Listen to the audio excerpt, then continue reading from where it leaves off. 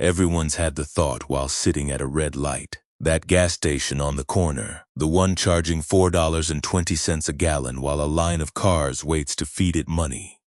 Somebody's getting rich off that. Prices climb every summer. Drivers grumble every summer, and the assumption just sits there unquestioned.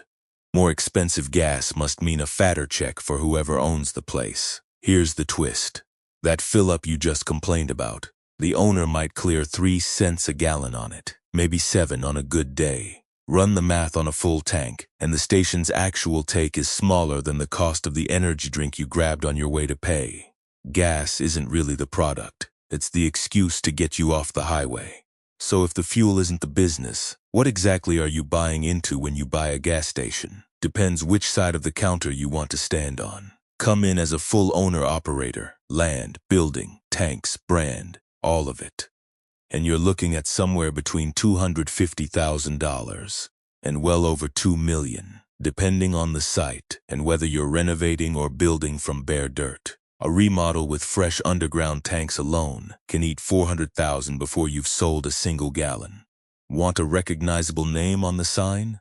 That's a separate check. Franchise fees run $25,000 to $100,000. Circle K sits near the low end, BP closer to $30,000. And that fee doesn't buy you freedom. It buys you an obligation to source fuel through their supply chain, follow their branding, sometimes pay a royalty on every gallon you move.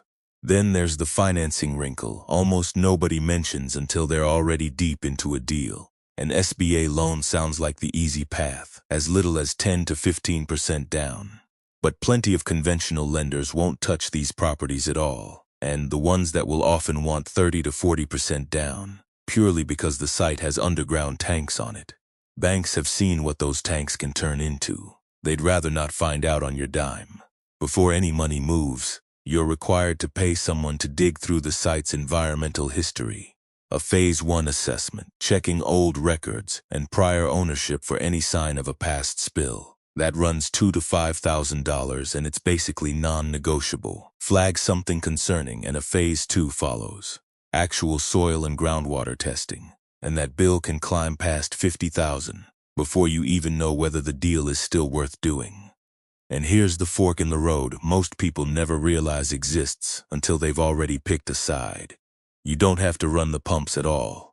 You can buy the ground underneath a station, sign a long-term lease with an operator, and collect rent while somebody else handles the fuel, the staff, and the 3-cent margins. Those deals trade on cap rates. Real estate math, not gas station math.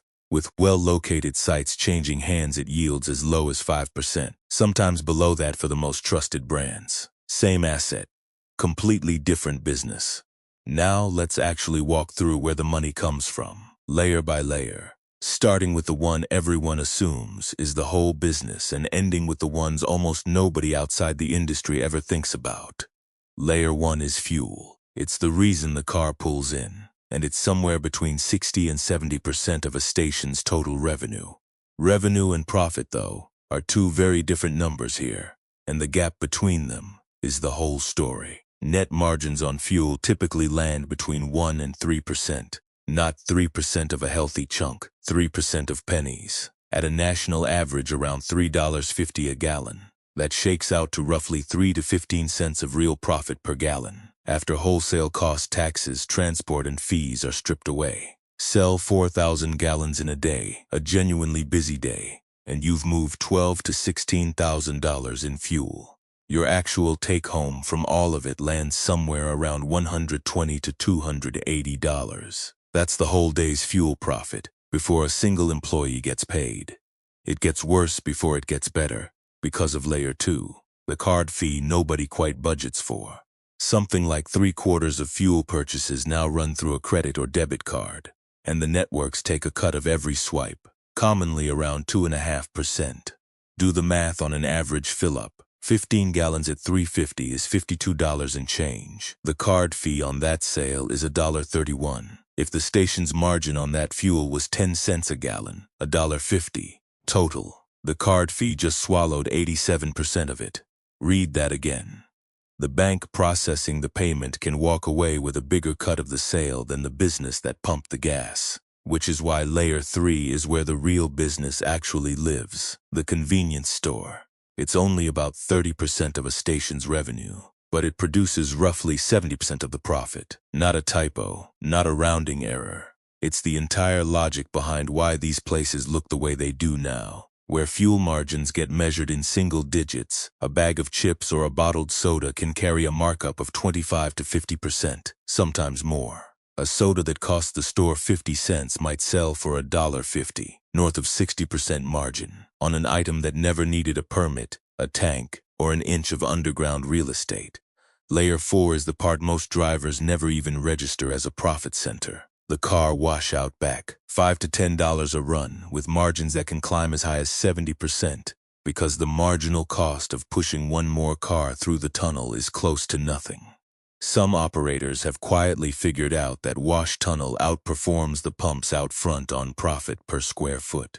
Then there's Layer 5, the odds and ends that look small individually but add up fast. Lottery commissions, ATM fees, tobacco. Tobacco's margin is thin on its own, sure, but it's a magnet, and magnets matter, because everyone who walks in for a pack of cigarettes might also grab a coffee, a hot dog off the roller grill, a case of water on the way out.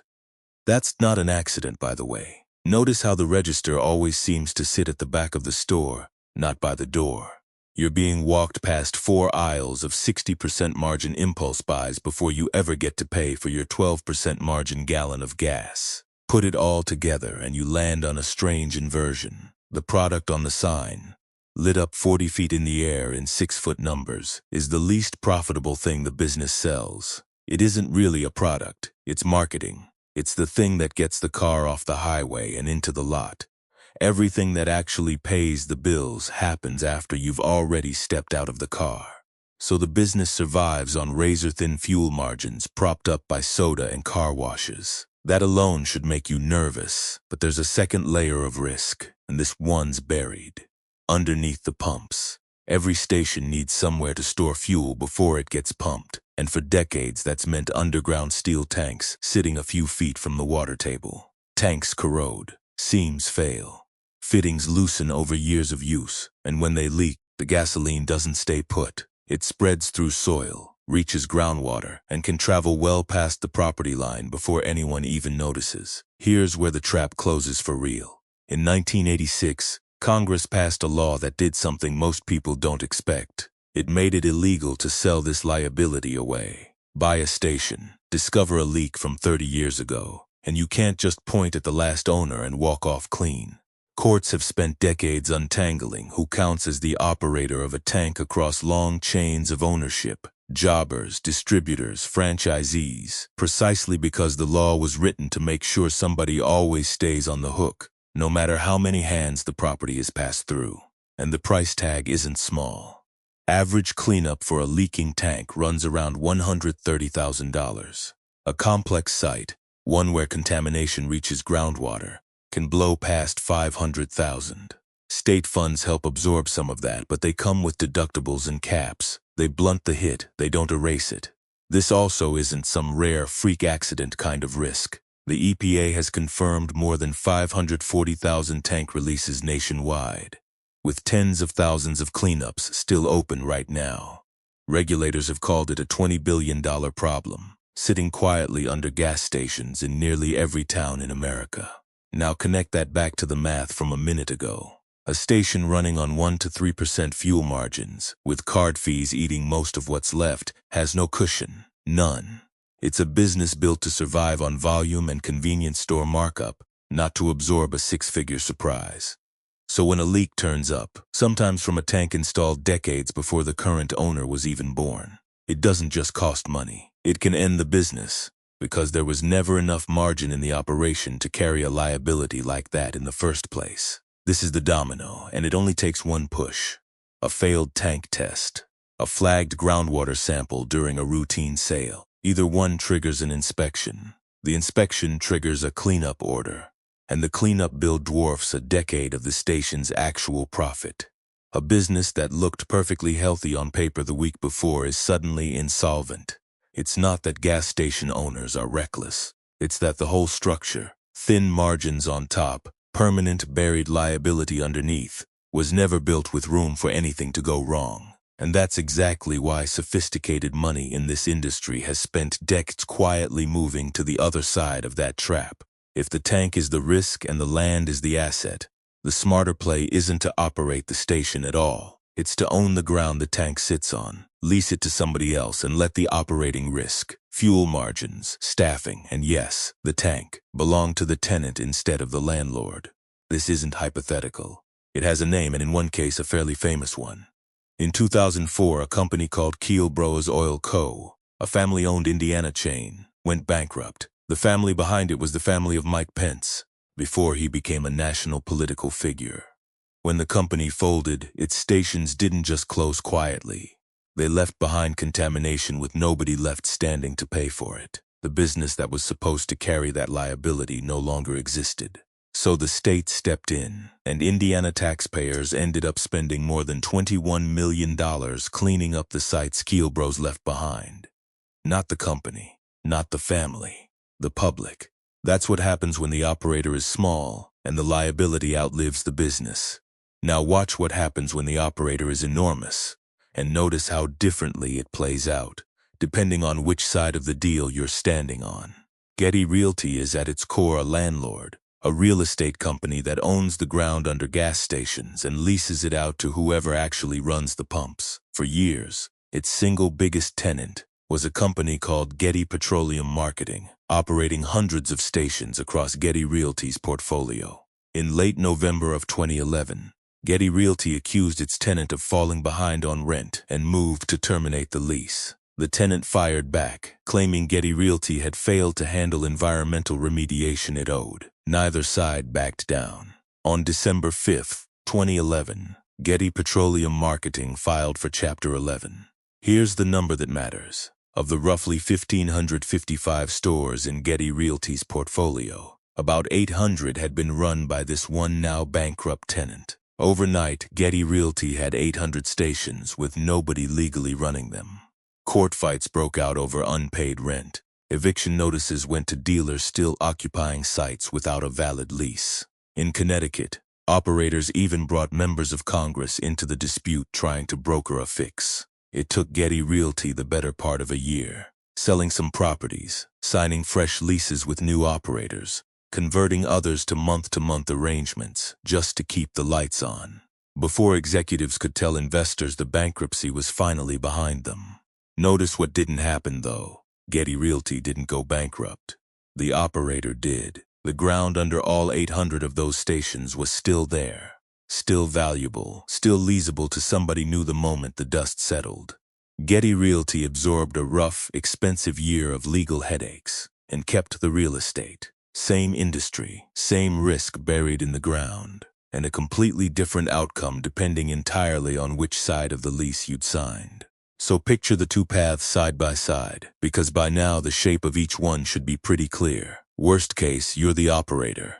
You've sunk your savings into land, tanks, and a franchise fee, running a business that clears a few cents on every gallon, while a card processor quietly takes a bigger cut of each sale than you do. You're one bad year away from having no cushion left, and then a tank installed before you even own the place starts leaking. And a liability nobody can legally hand off lands squarely on you. You didn't do anything wrong.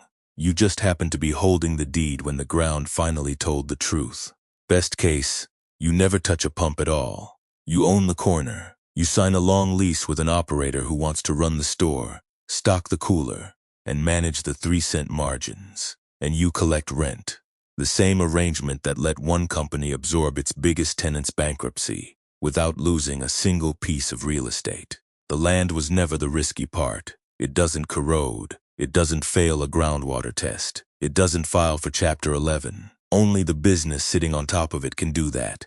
That's the split hiding inside every gas station in America. Two people can stand on the exact same plot of land. One holding a lease, one holding a deed, and only one of them is actually exposed to the thing everybody assumes is the danger in this business. Because the truth is, nobody gets rich pumping gas.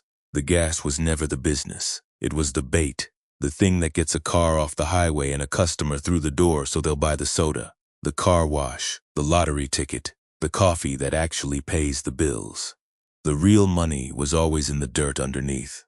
The only question that ever mattered was whether you owned it or just borrowed it for as long as your margins could hold out.